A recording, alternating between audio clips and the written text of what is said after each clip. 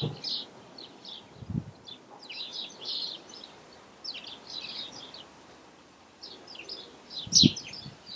good morning, welcome back. Now today, some very sensible crash protection for this big wide engine on the Honda CB1300. Now, if you watch the intro video, the introduction of this bike, when I first wheeled it on the lift, we went around the whole thing and we talked a little bit about the vulnerability of this engine, especially on this left-hand side of the bike. This big alternator casing, it sticks out about 4 inches more than the rest of the width of the bike. So it's hugely vulnerable. Even though it's got a little cutaway chamfer here in its shape, it is still going to be the first thing to hit the ground if it all goes wrong. So if it's a low level drop or a static drop, the worst you might do is crack the casing, and that can be welded up. That's okay, not the end of the world, or even if you have to replace it. The casing itself isn't really the big expense. It's the massively expensive internals that live inside it. So if it really goes wrong and you slide the bike down the road on its side, then all of this is going to get smashed off and the internals get wiped away. And the worst thing of all is down inside there is the spinning end of the crankshaft. And if you bend that, you've written off the entire engine and therefore probably the bike, all but for the want of a crash bar. So when I went looking for a product for this purpose, I didn't want what Triumph call engine dresser bars, which are just aesthetic, purely to make the bike look rugged and off-road, but they don't actually protect the engine. They're not actually that robust. I wanted something that would actually work and protect the bike if it all goes wrong. Got these.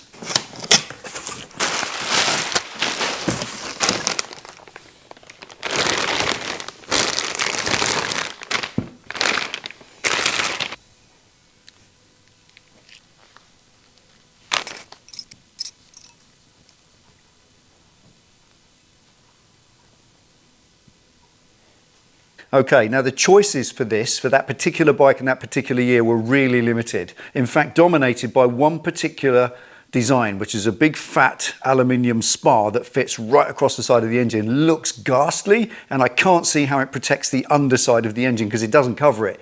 The traditional style crash bar is what I wanted, the one that wraps round that vulnerable part of the engine. And these are by Hepco and Becker, and I believe they are pretty much one of the top companies in the market. Now, I was impressed with these because they're the traditional style that I wanted, but also they're really heavyweight, and they're heavier than they look because they are made with a tube-in-tube construction.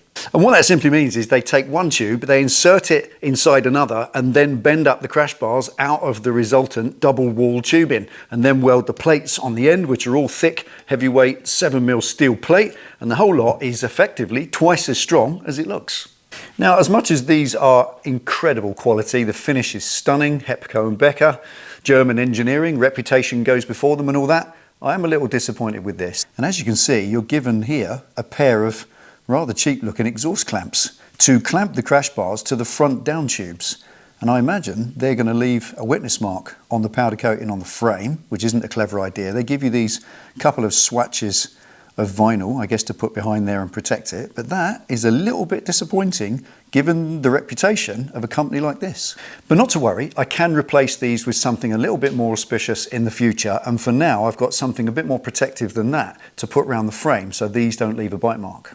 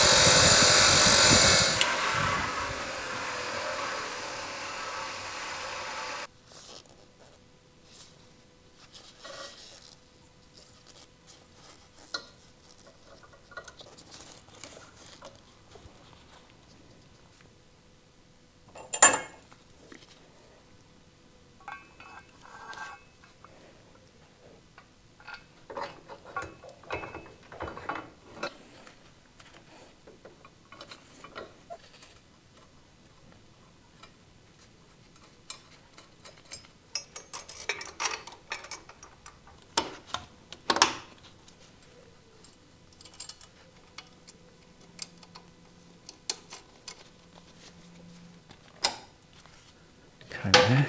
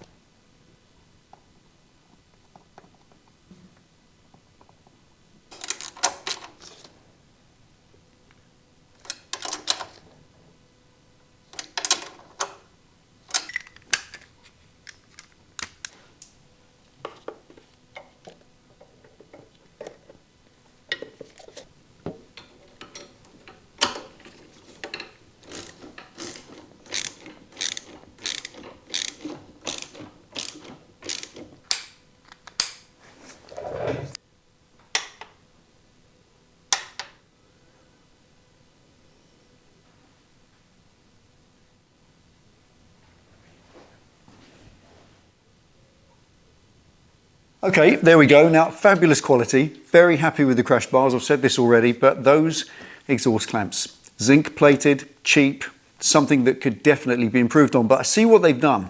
What they've had to do is design a mount point on the frame, which is not liable to fold up under impact. If you go on a straight piece of the frame, then obviously if that's impacted, it's going to bend and curve, but it's on the bottom curve. On both cases, on both sides of these crash bars, they're mounted on the bottom curve of the frame where it's extremely strong and very unlikely to bend. So I think they've been designed for function more than form.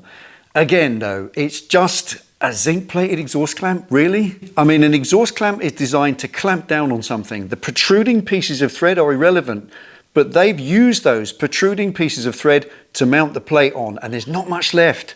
Those nuts are literally holding on to about 6 threads, and to me that's not secure enough. So what I'm going to do is find some better exhaust clamps. I'll go with those, they're fine, they're obviously designed to work that way, but I'll find some stainless ones with longer threads that can hopefully mount them a little stronger, a little safer, and being stainless, they'll last forever, especially right there at the front of the bike in all the weather blast. But that's a minor thing. I paid a lot of money for these, and I can see from the construction, the double wall tubing and all that these are going to do the job I wanted the most, which is to protect the bike if it falls over. So that's it for today. Thank you for watching. Take it easy, ride safe, and I'll see you next time.